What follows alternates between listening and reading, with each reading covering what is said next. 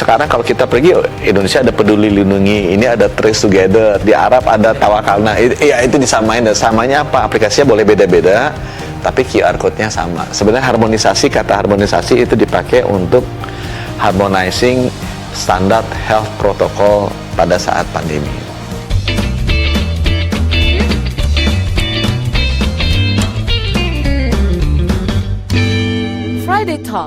Friday Talk. Ada juga soal harapan agar tercipta inklusivitas dalam penelitian dan pengembangan kesehatan, serta keinginannya terbentuk satu platform data genom itu, Pak, yang memudahkan surveillance nanti di masa depan. Seperti apa sih, Pak, bentuk penelitian dan pengembangan yang akan dikembangkan ini? Apakah akan dipegang setiap hub daerah, maksudnya regional, atau satu aja di dunia itu? Pengalaman kita waktu di mana ya? Waktu di pandemi. Itu kan terjadinya di Wuhan kan.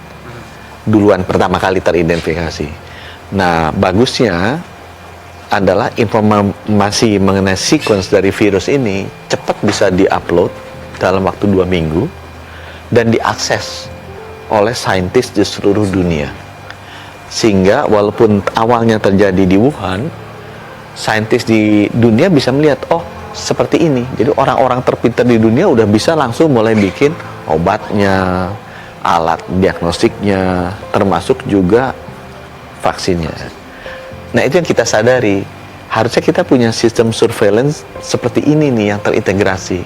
Jadi kalau tiba-tiba ada outbreak, apalah penyakit apa di Papua, atau misalnya ada outbreak virus apa misalnya di Afrika, itu harus cepat bisa teridentifikasi. Jadi seluruh dunia bisa bantu mengerahkan kemampuannya, termasuk otak-otak dari researcher yang paling pinter-pinter untuk mencari vaksinnya, obatnya, sama diagnostik toolnya apa supaya cepat. Nah, konsep itu yang kita bangun dengan cara apa? Dengan cara setiap lab genome sequence, karena ini kan kayak radar lah. Kalau kita mau diserang ada radar, ada alertnya gitu kan. Nah, coba radarnya ini radar biologis gitu kan, karena yang datang serangannya bukan senjata nih, yang datang serangannya virus atau bakteri atau parasit. Itu 3 kan istilahnya patogen. Nah, sistem radarnya ini harus terinterkoneksi di seluruh dunia. Maksudnya kita tuh gitu. Dan mekanismenya sama. Dia ada tes biologis yang mengetahui, oh ini genetic code-nya apa sih virus ini, supaya kita bisa memahami obatnya apa, vaksinnya apa. Nah, ini yang sekarang kita bikin jaringannya secara formal, dan ada kewajiban kalau misalnya ada teridentifikasi makhluk hidup, bisa virus, bakteri, atau parasit yang berbahaya atau berpotensi berbahaya, ini ada protokolnya untuk dilaporkan. Kan kita kemarin ada yang namanya GIS8.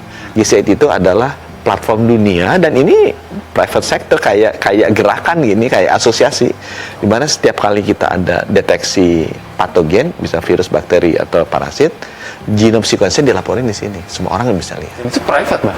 Ini malah private, dan dia non-profit ya. Dan dia non-profit organization. Kendalanya apa sih, Pak, kalau di negara-negara itu, sehingga kalau lebih yang dinamis kok malah private gitu sejauh ini?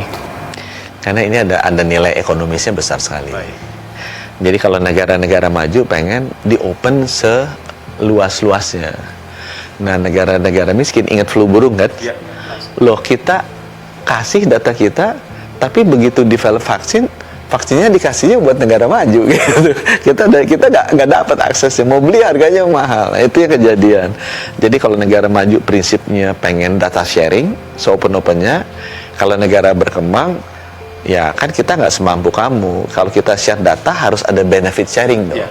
Jadi kalau negara maju kan data sharing, ini pengennya data sharing dan benefit sharing. Benefitnya sama-sama. Jadi akhirnya terjadi debat itu kalimatnya kalimat diplomasi lah. As open as possible but as close as necessary. Gitu bahasanya itu artinya.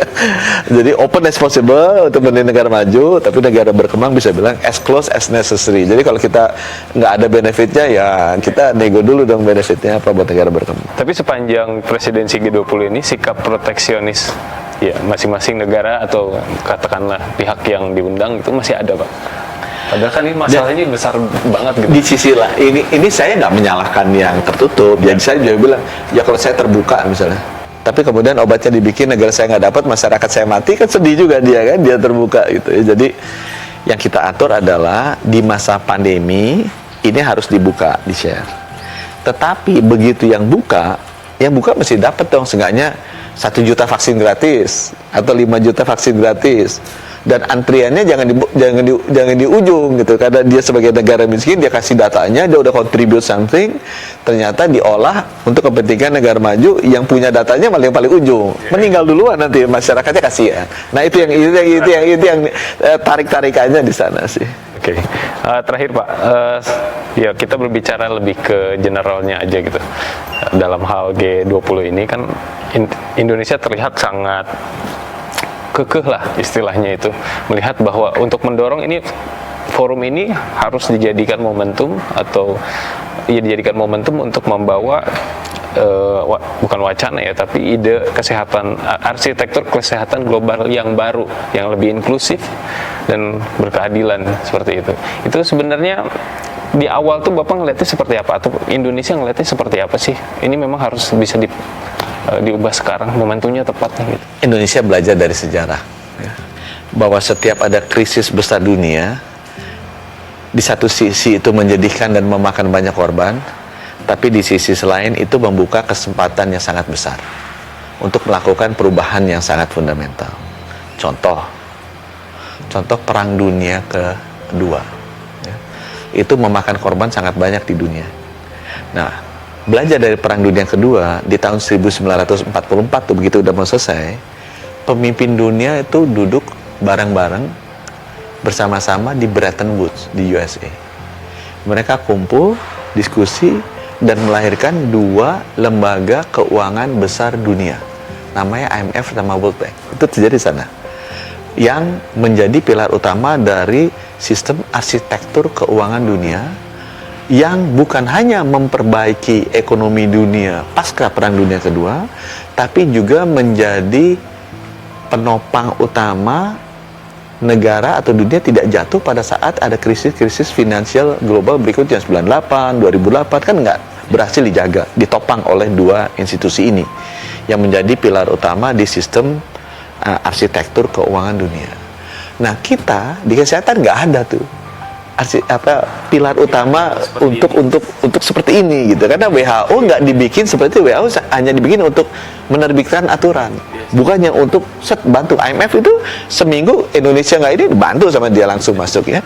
Nah itu yang kita belajar, pemimpin dunia duduk bareng dong, karena sekarang rakyat di seluruh dunia habis itu lihat lagi ke kita lah, kamu mau ngapain nih, udah kita mati demikian banyak, orang menderita sekian banyak, kamu mau duduk manis aja meeting-meeting atau mau mereplicate history? Dulu pemimpin-pemimpin dunia bikin lembaga-lembaga ini yang mengubah, memperkuat sistem arsitektur keuangan dunia. Sekarang kita harus memperbarui sistem arsitektur kesehatan dunia. Nah itu sebabnya kenapa Indonesia ambil momentum ini untuk mengubah sistem arsitektur kesehatan dunia, sama seperti pemimpin-pemimpin sebelumnya di tahun 1944 mengubah sistem arsitektur keuangan dunia, dan kita berhasil masukin yang namanya pandemic fund ini. Baik, terima kasih Bapak Menteri Kesehatan Republik Indonesia, Bapak Gunadi Sadikin. Semoga eksekusinya bisa nyata lah ya, dan karena kan sudah disepakati ya, tinggal nanti kita melihat bagaimana dunia merespon dari capaian kita di G20. Dan demikian Sobat Antara, bila Anda ingin menyaksikan produk podcast lainnya, Anda bisa menyaksikannya di antaranews.com, di YouTube di Antara TV Indonesia, atau juga Anda bisa mendengarkannya di Spotify. Saya Ruli Juliardi, sampai jumpa.